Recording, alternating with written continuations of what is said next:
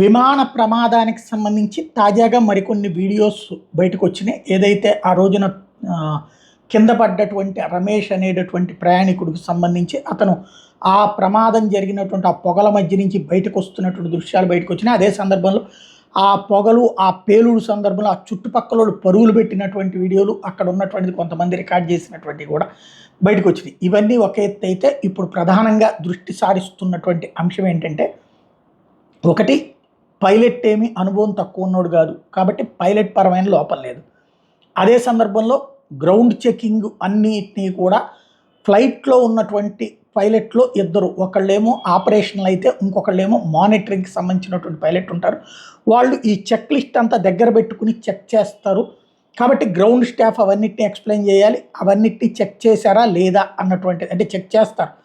అయితే అన్నిటి సరిచేసింది కరెక్ట్గా ఉందా లేదా అన్నటువంటిది ఇప్పుడు తేలుస్తారు. మూడోది వచ్చేటప్పటికి అక్కడ వెళ్ళేటప్పుడు బాగానే ఉంది, పైకి లేచి. అయితే ఇక్కడ బయట కొత్తగా తేలినటువంటి ఒక విషయం ఏంటంటే, సాధారణంగా రన్వే చాలా పొడుగు ఉంటాయి, కొంత తక్కువది ఉంటుంది.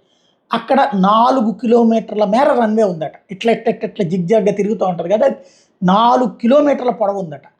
అంత చివరి దాకా వెళ్ళిందట విమానం. అంటే అంత చివరిదాకా వెళ్ళడానికి కారణం ఏంటి?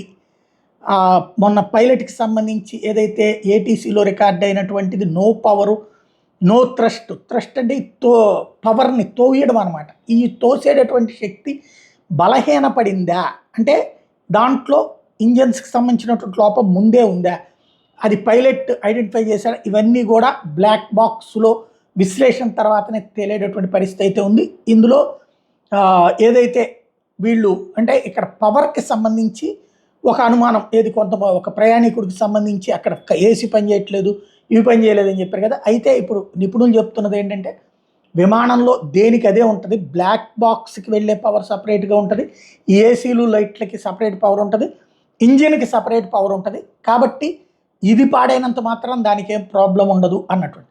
మరి అయినా పవర్ ఎందుకు ఫెయిల్ అయింది అన్నటువంటిదే ఇప్పుడు తేలాల్సినటువంటి అంశం. అది కుట్రపూరితంగా జరిగిందా, లేకపోతే అంతకుముందు అట్లాంటి ప్రాబ్లమ్స్ ఉన్నాయి అని తెలిసినా దానికి తాత్కాలిక పరిష్కారాలతో వదిలేశారా? ఇవన్నీ కూడా ఇప్పుడు ఎయిర్ ఇండియా వైపే వేళ్ళు చూపెడుతున్నాయి. ఏం జరుగుతుందో చూడాలా. ఇంకో పక్కన ఎన్ఐఏ దర్యాప్తు కూడా చేస్తుంది కాబట్టి డెప్త్గా తేలే అవకాశం ఉంది.